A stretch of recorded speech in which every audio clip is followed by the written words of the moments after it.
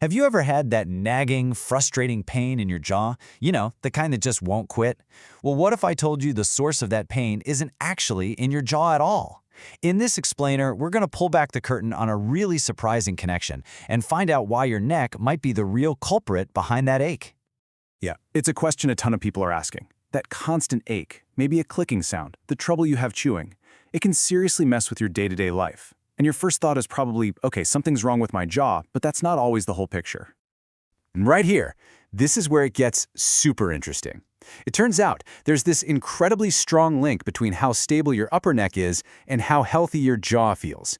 So to figure out the pain, we actually need to look a little lower, at the very foundation that's holding your head up.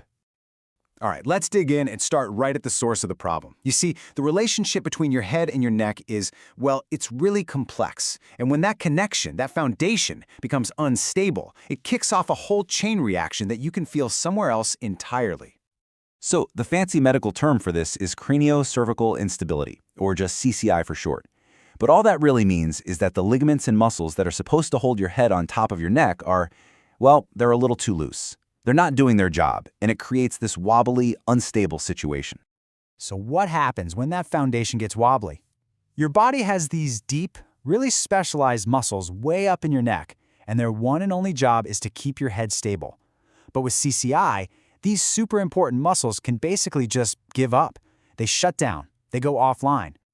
But here's the thing about your body. It's incredibly smart. It's a problem solver. So when one system fails, it finds a backup plan. The only problem is, as we're about to see, this backup plan has some pretty serious side effects. Okay, so here's the problem in a nutshell. When those deep neck muscles check out, your body gets desperate. It looks around and recruits a new team to do the job. Your super powerful chewing muscles and those strap muscles that run down the front of your neck. And now, these guys are forced into a job they were never, ever meant to do.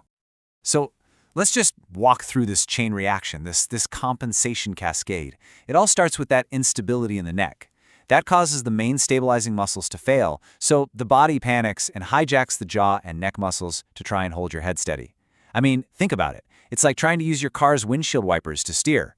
It's just not the right tool for the job. Okay, so how does all this lead to the actual pain you're feeling in your jaw? Well, this new round-the-clock job of holding up your head puts a massive amount of strain on a system that simply can't handle it. And this quote just hits the nail on the head. Your jaw muscles have very specific jobs, right? Chewing food, talking, making faces. They are not endurance muscles designed to hold up a 10-pound bowling ball, your head, 24/7.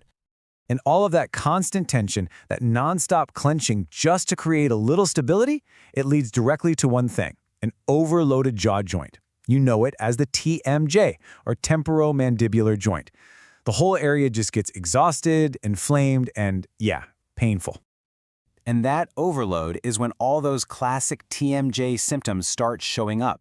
You start to feel pain right in your jaw, maybe radiating into your face. You might have trouble chewing or even speaking clearly. And then you get those telltale TMJ sounds, you know, the clicking or popping, or sometimes just this constant feeling of pressure in the joint. So if the problem starts in the neck, but the pain is screaming from the jaw, how on earth do you fix it? Well, the solution has to be just as connected as the problem itself. It just makes sense, right? You can't only focus on the jaw and completely ignore the unstable foundation that's causing the whole mess. To get real relief, any good treatment has to recognize this link and deal with what's happening in the upper neck. Now, when it comes to treatment, it usually plays out in one of two ways. For some people, you get lucky. You just treat the instability in the neck, and because that's the root cause, the jaw muscles can finally relax. They're off duty, and the TMJ problems just disappear. But for other people, that overload has caused its own separate issues in the jaw, so you have to treat both the neck and the jaw at the same time to get things back to normal. So if you're going to remember one thing from all of this, let it be this. That pain in your jaw might not be a jaw problem at its core. It could just be a symptom of a much deeper issue starting in your neck.